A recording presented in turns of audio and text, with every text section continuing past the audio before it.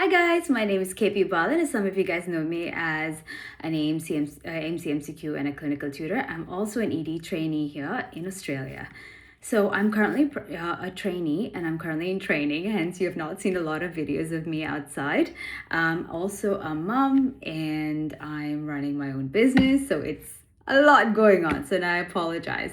And I would just want to take a minute to thank everyone that's been popping in questions in my Instagram, who has been very patient with me to reply.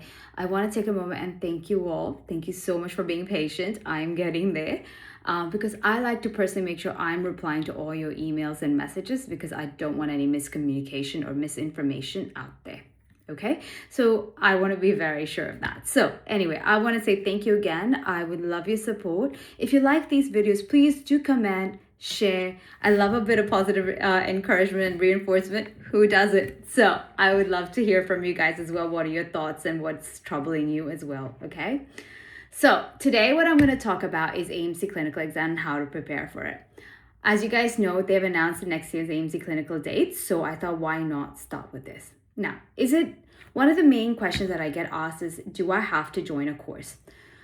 I'll be honest with you, more than the AMC MCQ, AMC clinical, I thought it did help me when I had to just get going, just started, and get an approach, just started.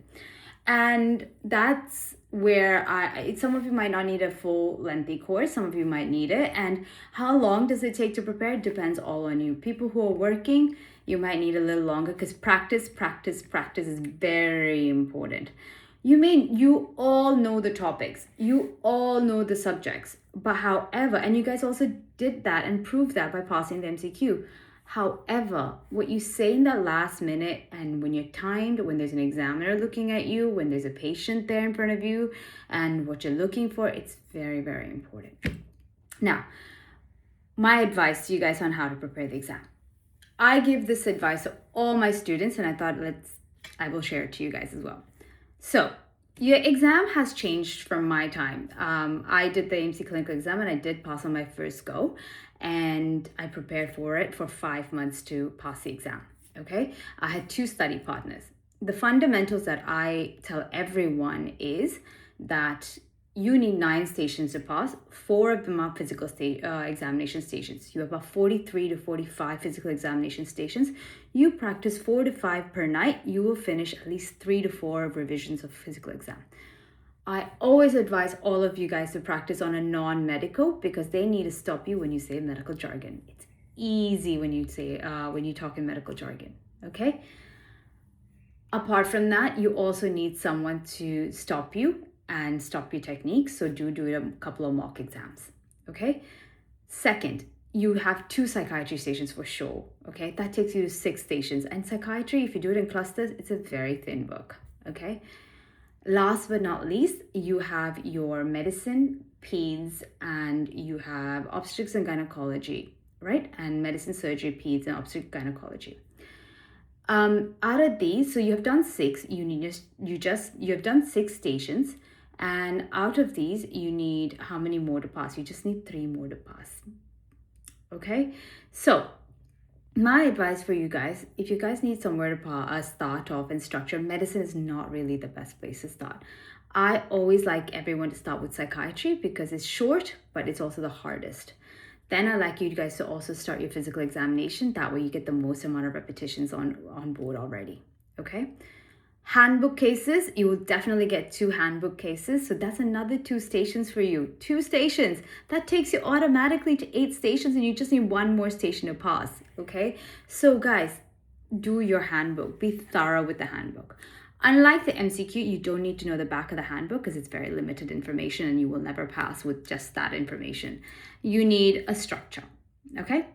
Once this is all done, I advise most of my candidates to do cluster-wise because if they do change the information, you guys are stuck. But when I say cluster format, don't forget your differential diagnosis and knowing a little bit about your differential diagnosis as to how you would change their management if it does get to that diagnosis, okay? So I would always start with psychiatry and physical examination and then go straight to what's the easy subject that you like.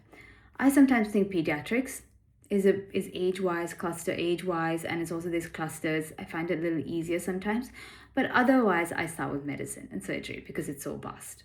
Okay, how what you need to focus on during this time is basically the structure of it.